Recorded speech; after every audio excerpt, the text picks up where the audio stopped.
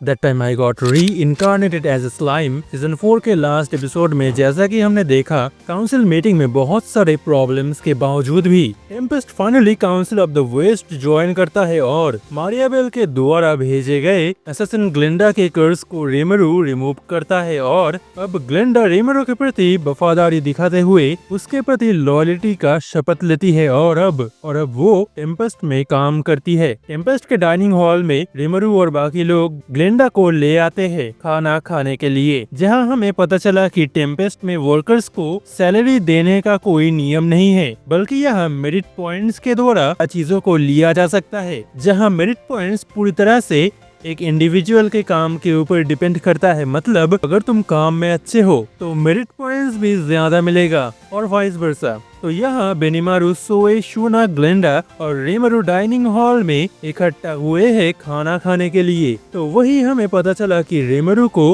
हर दिन के special foods पहले से ही पिकअप करके रख दिया जाता है और वही दूसरे लोगों को इसी खाने को खाने के लिए पूरा दिन लाइन में रहना पड़ता है और जिनके पास इनफ मेरिट पॉइंट्स है वो तो जाके आराम से खरीद सकते हैं। तो रीमरू ग्लिंडा को उसके तरफ से स्पेशल फूड्स ऑफर करता है और उसको सोए के अंडर टीम कुरायामी के अंदर डाल दिया जाता है।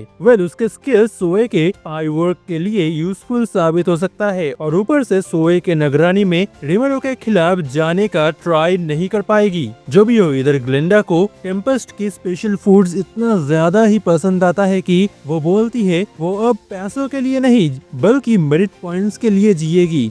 तो जो भी हो, रीमरू अब ग्लिंडा को मारियाबेल के बारे में, उसकी बात यूकी के माइंड कंट्रोल के बारे में कंटिन्यू करने को बोलता है। ग्लिंडा ने खुद ये सब नहीं देखा था, बल्कि उसने मारियाबेल, यूकी और काउंसलर जोहान के बातों को सुना था, जहां मारियाबेल खुद यूकी के सामने बोलती है उसने कैसे यूकी को अपना पपेट बना रखा है, जहां ये सब सुनने के बावजूद भी यूकी के लिए ये एग्जैक्ट चल क्या रहा है ये समझना इम्पॉसिबल है। ये सुन के रीमरू को लगता है ग्लिंडा उसके यूनिक स्किल के वजह से बच गई थी, लेकिन जैसा कि यूकी ने रीमरू को बोला था, इस वर्ल्ड में आने के बाद यूकी को कोई यूनिक स्किल ना मिलने की वजह से ही उसको मारियाबेल के पावर से प्रोटेक्शन नहीं मिला और वो मारियाबेल के टॉय में बदल गया है। तो यहाँ काउंसिलर जोहान असल में 5 एल्डर्स में से एक है जो कि काउंसिल ऑफ द वेस्ट को शैडोज से कंट्रोल करते हैं, जिसका लीडर है खुद ग्रैनविल और गाबान भी इन 5 एल्डर्स में से एक था। लेकिन रीमरू ने काउंसिल में जो देखा उस हिसाब से जोहान और गाबान उतने करीब लगते नहीं हैं। तब ग्लिंडा बोलती है कि मारियाबेल अपने पपेट्स को एक दूसरे के अगेंस्ट लड़वा के खुद का फायदा करवाने में माहिर है। अगर गाबान का प्लान सक्सेसफुल होता तब तो अच्छा है, लेकिन अगर वो फेल हो जाए तब जोहान रीमरू के प्रति गुड इम्प्रेशन बना के रीमरू के करीब आ सकता है और दोनों तरफ से ही वही जीतेगी। तब रीमरू बोलता है मुझे समझ नहीं आता है कि ये लोग मुझे अपना दुश्मन समझते क्यों है। मैं तो एक हार्मलेस स्लाइम हूँ जो कि एक मक्खी भी नहीं मार सकता है। जो सुन के सब लोग चौंक जाते हैं और ग्लिंडा बोलती है सर आप जिस टाइप के फाइट्स पिक करते हैं इस हिसाब से तो ऑब्वियसली लोग आपके ऊपर हॉस्टाइल होंगे ही। और बेनिमारू भी बोलता है एक बार डियाब्लो ने उसको बोला था कि कैसे रीमरू आने वाले समय में पूरे वर्ल्ड इकोनॉमी को अपनी मुट्ठी में ले लेगा और काउंसिल को वो अपने कंट्रोल में लेना चाहता है और सोए भी इसी ग्रैंड प्लान के हिसाब से ही अपने स्पाई वर्क को चला रहा है। तब हिनाटा रीमरू को बोलती है कि क्या तुम्हें ये पता भी नहीं चला था कि तुम ये कर रहे हो। ये कुछ ऐसा है कि अगर कोई नया मर्चेंट आके तुम्हारे ही बाजार में तुम्हारे ही बिजनेस को बर्बाद कर दे तो क्या तुम उसको वेलकम करोगे। अभी के लिए रीमरू बोलता है अभी हम जस्ट वेस्टर्न नेशंस में मेन इकोनॉमिक सपोर्ट बनना चाहते हैं और रीमरू सोए को रोजो फैमिली और 5 एल्डर्स के बारे में इन्वेस्टिगेट करने को बोलता है। तो हिनाटा रीमरू को गिल्ड से चौकन्ना रहने को बोलती है और रीमरू भी अभी गिल्ड को जितना हो सके उतना अवॉइड करने का डिसीजन लेता है। तभी गॉप्टा बोलता है सर रीमरू आप तो गिल्ड के वाइस मास्टर के साथ घूमने जाने वाले थे ना, जिसको आप बहुत ब्रैग कर रहे थे कि आप रूइंस को एक्सप्लोर करेंगे और अभी आप उसके बारे में भूल गए। तब रीमरू को याद आया कि हाकुरो ने क्लेमन के कैसल में रहते हुए वहाँ के एल्फमेट्स से उसको डिस्टेफ के एंशिएंट रूइंस के बारे में पता चला है। और क्योंकि गिल्ड की वाइस मास्टर कागाली रूइंस के बारे में एक्सपर्ट है, इसलिए रीमरू ने उसको इस रूइन एक्सप्लोर करने के लिए रिक्वेस्ट किया था। और अभी ये चीज कैंसिल किया जा नहीं सकता है, कारण क्लेमेंट के डिफीट के बाद अभी डिस्टेव एरिया मिलीम के टेरिटरी के अंदर आता है। इसीलिए रीमरू ने मिलीम को भी इस एक्सप्लोरेशन में इनवाइट किया है और वो मान भी गई है। टू बी ऑनेस्ट वो कुछ ज्यादा ही खुश है। बेनिमारू बोलता है ये 100% खुद चल के एनिमी के ट्रैप में जाना हो जाएगा। रीमरू बोलता है अभी हम कर भी क्या सकते हैं, लेकिन इस एक्सप्लोरेशन में शियोन तो मुझे गार्ड करेगी ही, और एक बंदा जिसको मिलीम अपने ट्रेडिंग से शेप में लेने की ट्राई कर रहा है। गोप्टा, मैं तुम्हारे पास बहुत ब्रैक कर रहा था ना, तो तुम भी हमारे साथ चलोगे है ना? गोप्टा बोलता है हाँ मैं जेलस था, लेकिन अभी जब लग रहा है कि यहाँ एक कंफर्म्ड एनिमी अटैक हो सकता है तो वहाँ मेरे जाने का कोई इच्छा नहीं है, और वैसे भी मुझे एक सिटी को गार्ड करना है। तब बेनिमारू बोलता है डोंट वरी गोप्ता, हम है ना सिटी को गार्ड करने के लिए। और इसके बाद हिनाटा लुबिलियस में लौट जाती है और जाने से पहले रीमरू उसको अपने तरफ से लुमिनस को हाय बोलने को बोलता है, और हिनाटा रीमरू को बोलती है कि तुम बहुत ज्यादा ही केयरलेस हो जाते हो तो सावधान रहना। तो हिनाटा के जाने के बाद रीमरू सोचता है कि क्या ये हिनाटा की फ्लर्टिंग का तरीका है, तो रफाएल तब बोलती है नो ऐसा नहीं है। तो अब डिसाइड हो गया है कि शियोन और गोप्टा रीमरू के साथ जाएंगे। देन हमें मारियाबेल, यूकी और जोहान की मीटिंग को दिखाया जाता है, जहां ये लोग गावान के बारे में बात कर रहे थे कि ये कितना बड़ा डिजास्टर उसने कर दिया। और मारियाबेल बोलती है शायद गावान इनग्राशिया के राज परिवार के प्रति वीक हो गया था, नहीं तो इतने दिनों में वो उनको हमारे कंट्रोल के अंदर ले आता। तब जोहान बोलता है इवन रोजोस के लिए इनग्राशिया के सेंट्रल कोर तक पहुंचना मुश्किल है, तो हम गावान से ये एक्सपेक्ट नहीं कर सकते हैं। तब मारियाबेल बोलती है ऐसा नहीं है, सेंट्रल कोर को कंट्रोल में लेना कोई बड़ी बात नहीं है, जस्ट राज परिवार के एक छोटे बच्चे को छोड़ के सब लोगों को मार दो, और उस बच्चे के साथ अगर गवान का ब्लड रिलेशन हो तब तो कोई प्रॉब्लम ही नहीं होगा उस किंगडम को हमारे मुट्ठी में लेने से। और अगर तुम्हें रोजो फैमिली के गोल्स को पूरा करना है तो इतना तो करना ही पड़ेगा, और ये ब्लडशेड के हिसाब से एक पीसफुल तरीका है।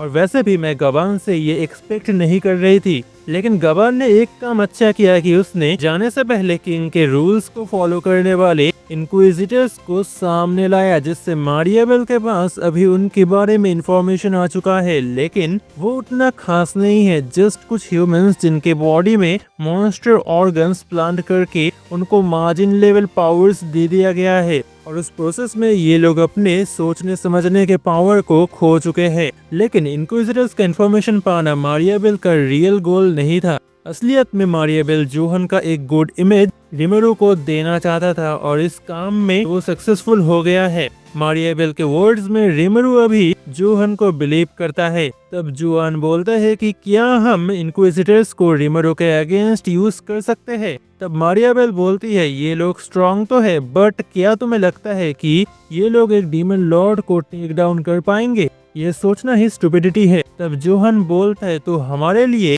अभी डीमन लॉर्ड के साथ काम करना ही बेस्ट ऑप्शन होगा।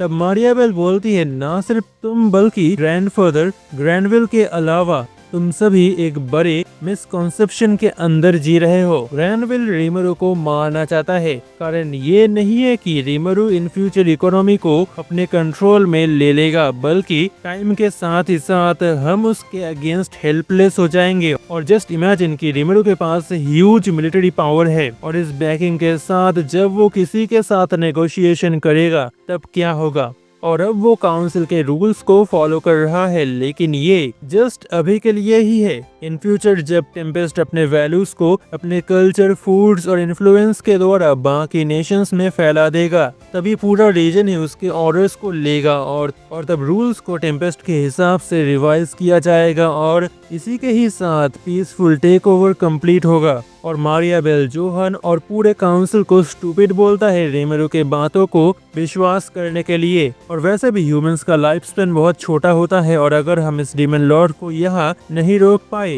तो रोजो फैमिली के ड्रीम्स से ही खत्म हो जाएंगे और एक डीमन लॉर्ड से फायदा लेना इम्पॉसिबल है। कि तभी जोहन को एक मैजिकल कॉल रिसीव होता है कि ग्लेंडा को रीमेरो ने पकड़ लिया है। तब मारियाबेल बोलती है अगर ऐसा ही है तो अब हमें मूव करना होगा। मारियाबेल यूकी को पूछती है कि कुछ दिनों में रीमेरो गिल्ड के साथ रुइंस में जाने वाला है। तब यूकी बोलता है कि इस ट्रिप में कुछ करना ठीक नहीं होगा कारण इस एक्सप्लोरेशन में ना सिर्फ रीमेरो बल्कि डीमन लॉर्ड मिलीम भी ज्वाइन करेगी और हमें लॉन्ग टर्म प्लान्स के ऊपर ज्यादा फोकस करना चाहिए और अभी रीमेरो के ट्रस्ट को हमें जीतना होगा। कि मारियाबेल बोलती है नहीं हम ऐसा नहीं कर सकते हैं, जस्ट टेम्पेस्ट के ग्रोथ को देखो, क्लियरली टाइम के साथ रीमेरो और भी पावरफुल हो जाएगा।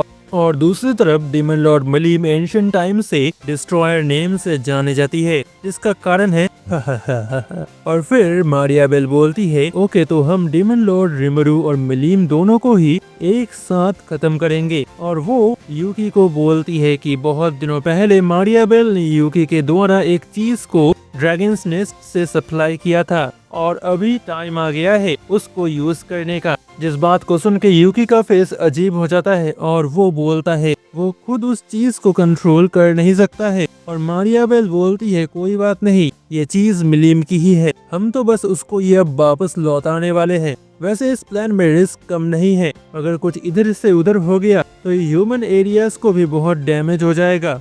बट मारियाबेल ये रिस्क लेने के लिए रेडी है और यूकी बोलता है अगर ऐसा ही है तो 100% मिलीम रीमेरो को इन सब में इन्वॉल्व होने नहीं देगी और वो खुद इसका सामना करेगी और रीमेरो को हम मिलीम से अलग करके उसके माइंड को हमारे कंट्रोल में ले लेंगे। लेकिन एक चिंता का विषय है स्टॉर्म ड्रैगन वेल्डोरा। यूकी बोलता है अगर हम माइंड कंट्रोल में फेल हो जाते हैं तो हमें रीमेरो को मारना ही होगा और उस केस में वेल्डोरा रैम्पेज कर सकता है और ह्यूमैनिटी पूरी तरह से डिस्ट्रॉय हो जाएगी। लेकिन मारियाबेल को इसका कोई चिंता नहीं है कारण उसको पता है अगर वेल्डोरा रियली ऐसा कुछ करेगा तो डीमन लॉर्ड लुमिनस चुप नहीं बैठेगी। मे भी एक तीर से 3 या 4 निशाने हम लगा पाएंगे। और वैसे भी 7 डेज क्लर्जी का एंड और ग्रैनविल के ऊपर से लुमिनस की ट्रस्ट जाने के बाद अभी हिनाटा रीमेरो के बहुत क्लोज हो गई है और अगर ऐसा ही चलता रहा तो उनके ऊपर रीमेरो अपना इन्फ्लुएंस बढ़ाता रहेगा